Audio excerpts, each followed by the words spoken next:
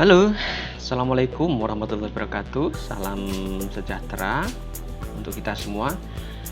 Selamat berjumpa kembali dengan kita di channel Indonesian Informatika ya. Kali ini kita akan masih membahas materi tentang teknologi informasi dan komunikasi sesi kedua ya. Di sesi kedua ini kita akan membahas subtopik tentang aplikasi pengolah kata ya. Ya. Mungkin kalian sudah familiar ya selama ini atau bahkan sudah sering menggunakan aplikasi ini ya. Nah, aplikasi pengolah kata itu adalah sebuah aplikasi atau bisa disebut dengan program komputer yang digunakan untuk membuat, kemudian mengubah, menghapus, menyusun, menyunting, menformat, dan mencetak naskah gitu ya. Nah, contohnya apa? Contoh aplikasi pengolah kata itu banyak sekali ya, tapi paling nggak kita bedakan menjadi dua jenis, yaitu jenis pertama yang harus diinstal di perangkat kalian, dan jenis kedua yang tidak perlu proses instalasi di perangkat kalian gitu ya. Untuk jenis yang pertama, untuk yang harus diinstal dahulu di perangkat kalian, itu contohnya yang paling familiar adalah Microsoft Word ya. Microsoft Office Word ini masuk ke dalam kelompok Microsoft Office ya. Microsoft Word ini dibuat oleh Microsoft Corporation dengan satuan paket yang terdapat dalam Microsoft Office ya kan. Salah satu jenis media atau fasilitas yang populer yaitu di sana menyediakan fasilitas word art dengan huruf-huruf yang bisa didesain keren, setiap fontnya yang tersedia di sana, banyak font juga yang disediakan gitu kan. Itu bisa kita gunakan untuk memodifikasi font menjadi lebih indah, word art itu. Kemudian Notepad dan WordPad dua ini adalah aplikasi bawaan Windows. Kalau kalian menggunakan sistem operasi Windows, baik mulai dari Windows yang lama maupun Windows yang terbaru, itu biasanya sudah include di dalamnya itu dua aplikasi ini, Notepad dan WordPad. Notepad adalah salah satu atau dari jenis macam-macam aplikasi pengolah kata yang juga merupakan bawaan dari Windows. Notepad ini berupa editor teks ya, atau bisa juga untuk menuliskan kode program biasanya, atau merubah satu jenis konfigurasi. Contohnya untuk menuliskan skrip HTML itu biasanya seperti itu, atau skrip program yang lainnya. Walaupun sebenarnya kalau kita gunakan WordPad untuk menulis sebuah aplikasi atau source code program itu ya agak sedikit menyulitkan karena dia tidak mempunyai fasilitas khusus untuk programming, dan untuk hal itu sebenarnya ada aplikasi lain yang lebih sesuai. Namun tidak kita akan bahas di sini ya. Yang kedua adalah WordPad. WordPad ini juga sama dengan Notepad, itu bawaan dari sistem operasi Windows ya. Namun di WordPad ini dia memiliki kelengkapan fitur-fitur dan desainnya pun lebih user friendly ya dibandingkan dengan Notepad. Di sana sudah ada fasilitas untuk memformat teks gitu, untuk ditebalkan, dimiringkan, itu sudah ada. Itu ya, WordPad. Kemudian contoh aplikasi lain yaitu Lotus Word Pro ya. Lotus Word Pro ini adalah aplikasi pengolah kata yang dikeluarkan oleh perusahaan IBM. Yaitu salah satu kelebihannya dari Lotus Word Pro ini apa? Yaitu mampu melakukan pertukaran file dari dan ke Microsoft Word gitu ya. Gitu. Namun fasilitas pertukaran file ini kalau akhir-akhir ini kayaknya sudah menjadi fasilitas yang umum ya, tersedia secara default nanti. Kemudian contoh aplikasi lain yaitu EasyWord. EasyWord atau EasyWord adalah salah satu jenis aplikasi pengolah kata yang merupakan pengolah kata grafis pertama tersedia untuk sistem operasi Linux gitu ya. Linux. di Linux gitu. Kemudian ada lagi aplikasi Corel Word Perfect, yaitu salah satu dari berbagai macam aplikasi pengolahkata yang dapat dijalankan dengan sistem operasi Windows. Namun dalam kebutuhan hardware-nya itu membutuhkan resource yang cukup besar ya. Jadi kebutuhan spesifikasi hardware-nya lumayan tinggi. Ini akan menjadi kendala jika perangkat yang kita gunakan termasuk dalam perangkat-perangkat dan dengan spesifikasi rendah atau komputer-komputer yang lama gitu ya. Kemudian ada lagi Start Office dan Open Office. Ini nenek moyangnya dulu satu, Start Office. Bukan. Start Office itu sendiri, yang satu itu adalah Open Office dan LibreOffice.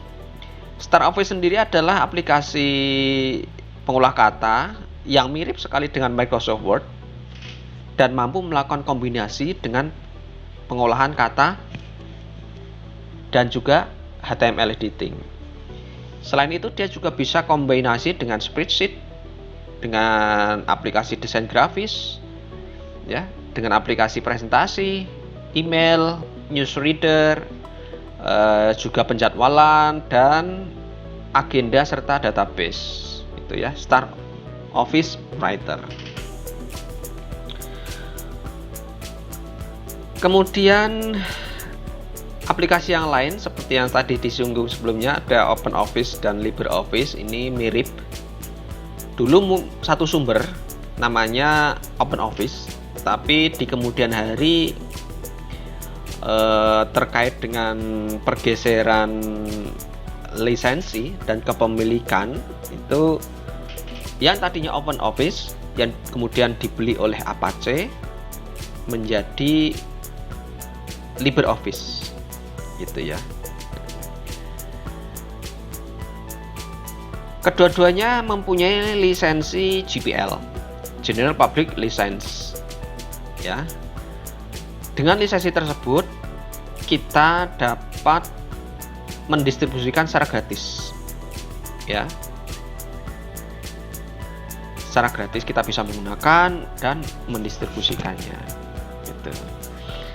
Nah, aplikasi yang lain yaitu ada GNU Text Max, yaitu salah satu jenis pengolah kata yang bertujuan untuk memberikan kerangka yang sangat ramah dan juga terorganisir untuk melakukan pengeditan dokumen melalui berbagai jenis konten grafis, matematika, dan interaktif. Jadi ini semacam framework ya, semacam framework. Ada juga Groove. Aplikasi Groove adalah salah satu jenis aplikasi pengolah kata yang diluncurkan pada tahun 90. Groove ini dikembangkan dengan tujuan untuk memperoleh standar AT&T Truth atau paket Truth pada tahun 99. Werner Lamberg dan Ted Hertling itu mengambil alih dari pengolah kata Groove ini gitu ya. Kurang populer memang. Kemudian contoh aplikasi yang lain adalah R4U. R4U adalah sebuah jenis prosesor kata yang dirancang agar pengguna menjadi lebih leluasa dan juga menjadi lebih sederhana serta lebih user friendly. Fitur uniknya yang ada di sini apa? Yaitu ada built-in dan juga masih banyak memiliki fitur lainnya yang standar. Gitu ya. Ada juga yang Linux. Aplikasi Linux ini sampai sekarang masih digunakan khususnya untuk teman-teman atau orang-orang yang penggiat menggunakan sistem operasi Linux. Linux itu adalah sebuah jenis aplikasi pengolah kata yang menggunakan pendekatan berbasis penulisan struktur dokumen. Linux juga menggabungkan kekuatan serta fleksibilitas dari teks atau latex dengan kemudahan penggunaan grafis interface. Ya. Jadi ada aplikasi latex namanya, itu untuk mengolah dan mengedit kata termasuk teks. Yang Linux ini sebenarnya dia basisnya juga dari teks atau latex. Kemudian ada aplikasi lain yaitu WPS Writer.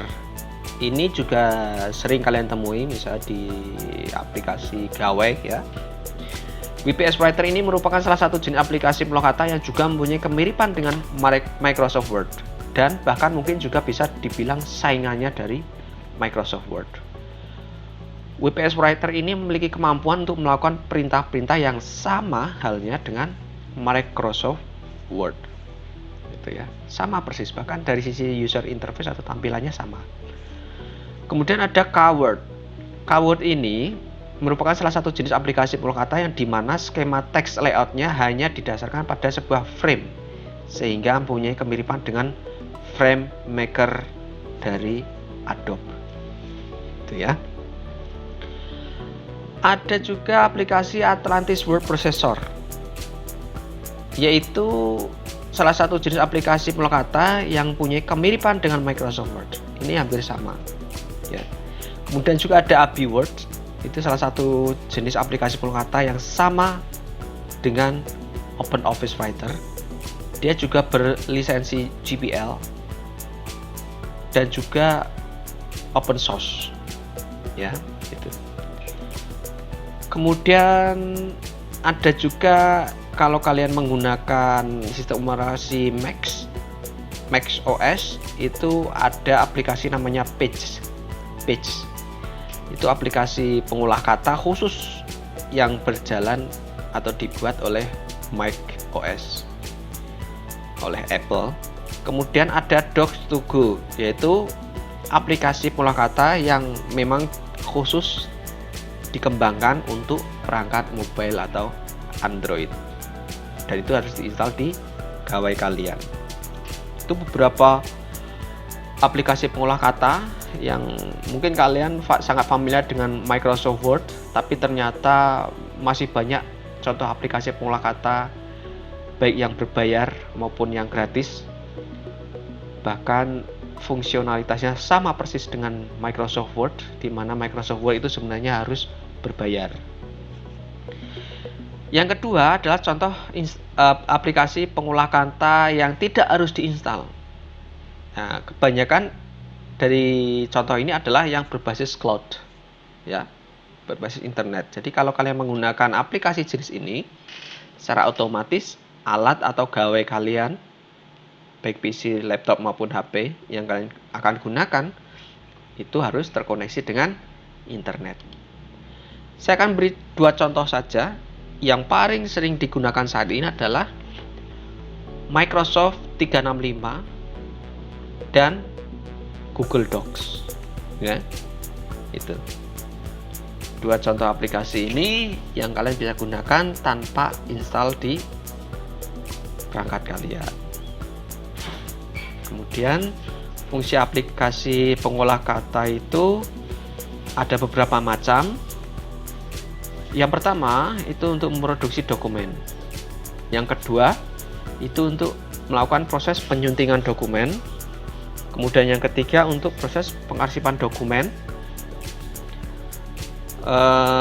Fungsi keempat yaitu untuk mengubah format file. Dan yang terakhir untuk melakukan desain layout terhadap dokumen. Nah, kemudian kita akan masuk kepada proses menggunakan aplikasi pengolah kata. Saya contohkan di sini kita akan menggunakan Google Docs sebagai aplikasi word processor yang nanti akan kita gunakan. Gitu ya. Ada beberapa kelebihan dan kekurangan terhadap Google Dokumen yang akan kita gunakan ini. Ya. Apa kelebihannya? Yang pertama, saya yakin kalian sudah mempunyai akun di Google. Setiap kali kalian membuat akun, maka secara otomatis kalian juga punya hak untuk mengakses Google Drive, di mana salah satunya kalau kalian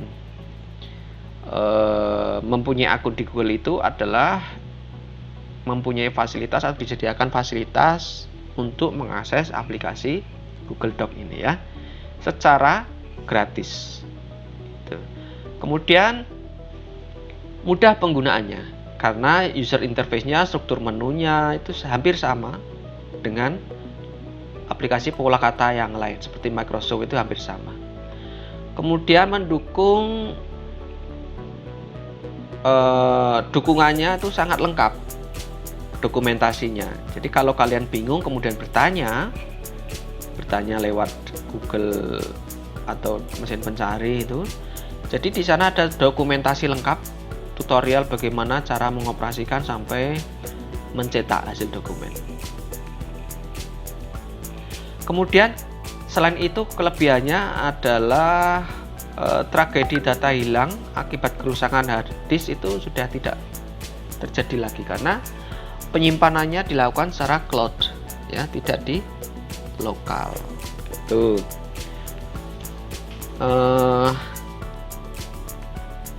Kaitannya dengan akses pekerjaan itu bisa kita lakukan kapan saja dan di mana saja. Jadi dokumen yang kita buat itu kita bisa membukanya, mengaksesnya itu di mana saja, kapan saja, menggunakan perangkat apa saja yang terkoneksi di Google. Gitu. Kemudian bekerja di beragam sistem operasi, itu multi platform, ya. Selain multi platform juga sebenarnya dia multi interface. Gitu. Kemudian dia juga mendukung berbagai format dokumen seperti doc, Excel, PowerPoint, PDF, open data dokumen, gitu ya, formatnya gitu. Kemudian kontrol aksesnya aman.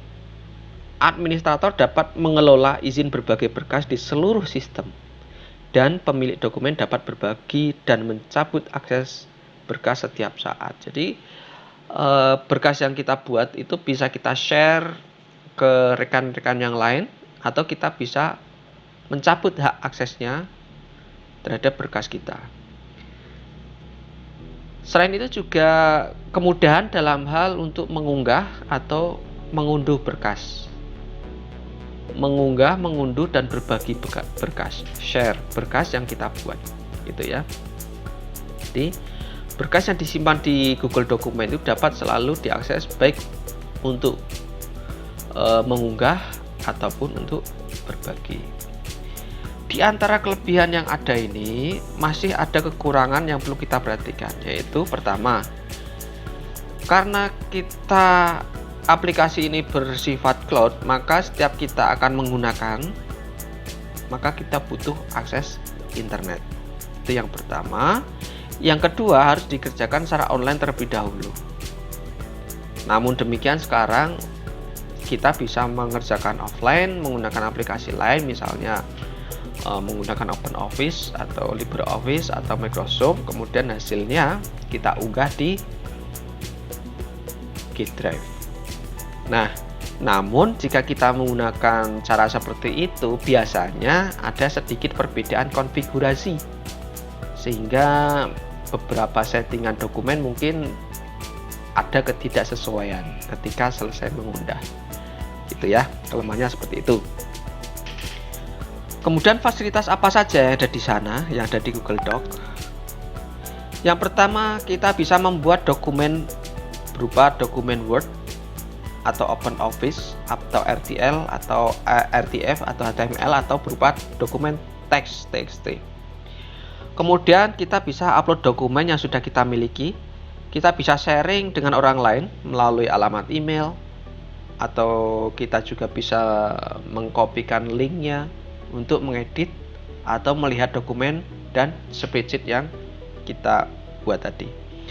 Kemudian kita juga bisa mengedit dokumen secara online dengan siapapun yang kita pilih, ya, yang sudah kita share ke mereka. Kemudian kita juga bisa melihat riwayat revisi dokumen dan spreadsheet.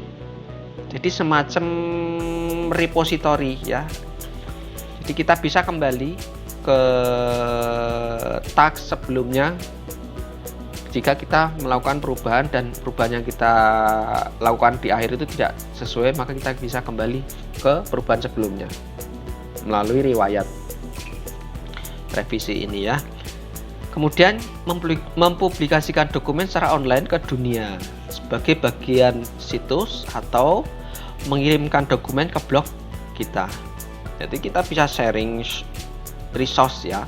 Kita bisa sharing resource di sini. Selain sharing, kita bisa juga mengunduh dokumen ke aplikasi desktop kita sebagai aplikasi Word, diekspor ke Word, ke OpenOffice dan sebagainya yang sesuai. Ya.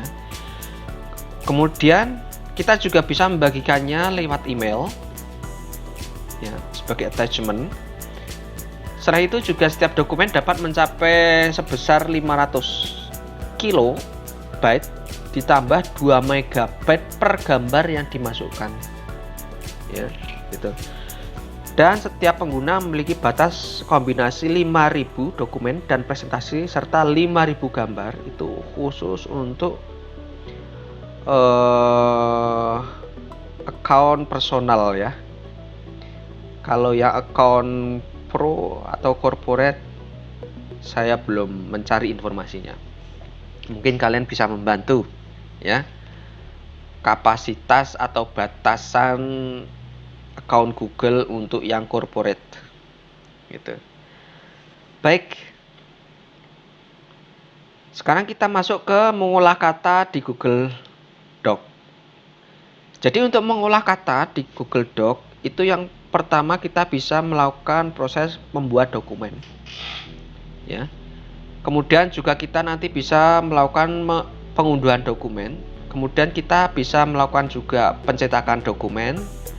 Dan selanjutnya yang terakhir kita bisa juga mengirimkan dokumen atau sharing dokumen, ya. Gitu. Langkah-langkahnya seperti ini, ya. Kurang lebih seperti ini. Kalian bisa menggunakannya via laptop, PC ataupun menggunakan gawai. Kalau kalian menggunakan laptop atau PC, kalian bisa mengunjunginya ke laman docs.google.com, ya. Tapi terlebih dahulu kalian harus login menggunakan account Google kalian masing-masing, ya. Kemudian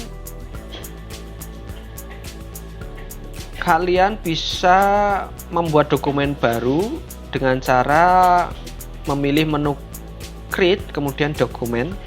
Kemudian kita bisa membuat atau memilih jenis dokumennya adalah documentation. Kemudian nanti akan muncul jendela Google Doc. Jika jendelanya sudah muncul seperti ini, maka artinya kita sudah siap untuk melakukan proses pengeditan, pemformatan, dan pengisian data di dokumen yang kita buat. Nah, kita juga bisa mengubah nama file standar yang dibuat oleh Google. Kalau kita tidak membuat nama file, biasanya file standar namanya adalah untitled document. Kita bisa merubah namanya menjadi nama yang kita inginkan. Caranya, sorot judul dokumen tersebut, yaitu untitled document, lalu diklik, ya. Setelah itu kita bisa masukkan nama file dalam kolom yang disediakan. Kemudian setelah itu kita klik OK, gitu, ya. Nah, Google akan secara otomatis menyimpan setiap file yang akan kita gunakan selama interval waktu 5 menit sekali, ya. Setiap 5 menit sekali Google akan menyimpan file secara otomatis. Jadi kita tidak usah bingung untuk mengklik atau mencari fasilitas tombol save, gitu, ya. Oke. Kemudian kalau file yang kita sudah membuat di Google, bagaimana cara kita mengunduhnya untuk bisa kita gunakan di komputer lokal, ya. Yang pertama kita klik menu file, kemudian pilih submenunya download as, kemudian kita pilih format file yang akan kita unduh. Kita ubahnya mau kemana? Mau ke doc, itu untuk yang Microsoft, kompatibel dengan aplikasi Microsoft, atau yang open document format, itu kompatibel dengan aplikasi-aplikasi yang open source seperti OpenOffice, LibreOffice, KOffice, itu, ya. Atau juga kita bisa merubahnya ke dalam bentuk RTF, rich text format, itu ke dalam format rich text format ini atau ke dalam bentuk PDF atau TXT dan sebagainya ya. Kita tinggal pilih. Misalnya kita akan mengubahnya dan menyimpannya dalam bentuk doc supaya kita bisa membuka di perangkat lokal kita dengan aplikasi Microsoft Word. Maka kita pilih yang Word dokumen formatnya, kemudian kita menunggu beberapa proses untuk pengunduhan sampai sempurna. Kita save, oke gitu kan, download. Bisa juga mengunduh langsung dari halaman muka di Google. Itu cara keduanya ya. Kalau tadi caranya adalah melalui file, dari membuka dokumennya dulu, kemudian file download as, atau kita juga bisa melalui halaman mukanya Google Doc. Kita klik kanan, download gitu kan, ya kan. Kemudian kita tentukan tipenya, tipe yang akan kita download, kita mau convert kemana, dan kita klik download, selesai ya. Kemudian bagaimana kalau kita mau mencetak dokumen yang kita buat? Sama seperti hal yang lain, secara default perintah untuk mencetak ke mesin pencetak itu Ctrl P, Ctrl P, printer, atau dari menu file kemudian pilih menu print ya. Di sana sudah ada aturan untuk ngeset kertas, memilih printer dan sebagainya ya. Nanti akan muncul seperti itu. Nah, yang lebih sering digunakan daripada mendownload atau mencetak yaitu sharing dokumen. Sharing dokumen itu bisa kita lakukan dengan beberapa cara. Yang pertama bisa kita lakukan menggunakan email ya, menggunakan email. Yang kedua kita bisa mengcopy link dokumen kita ya. Untuk sharing dokumen atau mengirimkan dokumen yang kita buat ke rekan kita yang lain melalui email, yaitu caranya kalau kita menggunakan melalui menu halaman utama Google Docs, yaitu klik kanan dokumen yang akan kita share atau kita bagikan ya. Klik kanan, pilih aplikasi, kemudian pilih menu bagikan, kemudian pilih submenu kirim dalam email sebagai lampiran, sebagai attachment itu kan. Nanti otomatis akan terbuka. Nah, pada jendela pengaturan untuk mengatur pengiriman email, cara ngaturnya seperti ini ya. Misalnya HTML, kemudian pilih yang jenisnya Microsoft Word, lampirkan sebagai Microsoft Word, maksudnya seperti itu. Kemudian pada kolom kepadanya kita tuliskan alamat email yang dituju. Kemudian pada bukan kolom, baris perihalnya, text box perihalnya kita tuliskan judul pesannya. Kemudian pada pesan kita isikan dengan pesan yang akan kita kirim. Kemudian kalau sudah kita klik tombol kirim gitu. Itu kalau kita menggunakan email. Cara kedua untuk sharing atau berbagi itu kita menggunakan link ya. Caranya bagaimana? Pada jendela yang keluar tadi, klik ubah pada pilihan yang berikon gembok tadi. Kemudian di sana akan muncul setelan berbagi. Ya, di sini klik ubah, kemudian akan muncul jendela setelan berbagi. Ubah setelan pada pribadi menjadi publik, tadinya pribadi menjadi publik, atau ke opsi yang lain. Jadi ada 3 opsi: pribadi, siapa saja yang memiliki tautan, atau ke publik. Perbedaannya di sini sudah deskripsikan ya. Kalau pribadi itu hanya orang yang diberi izin secara tegas yang mendapat akses, Anda wajib masuk. Jadi perlu approval email biasanya. Kemudian kalau opsi yang kedua, siapa saja yang memiliki tautan, itu ya siapa saja yang kita beri linknya dan tidak wajib masuk ke sistem.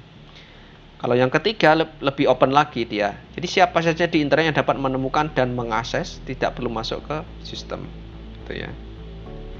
Nah, Kalau kita menjadi publik artinya kita bisa membuka ke siapapun. Ya. Setelah itu nanti akan tergenerate tautan. Kemudian kita tinggal mengcopy, kemudian share tautan ini, link tautan ini kepada orang yang dituju.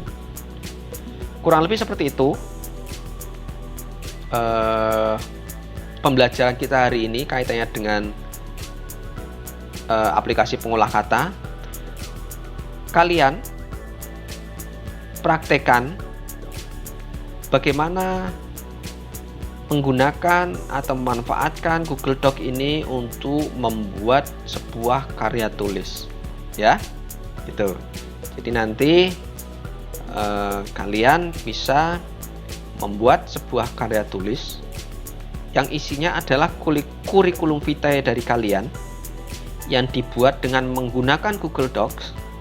Kemudian berkas itu kalian share ke kami, ya, di-share ke kami dengan settingan sesuai yang ada di tutorial ini, ya, gitu.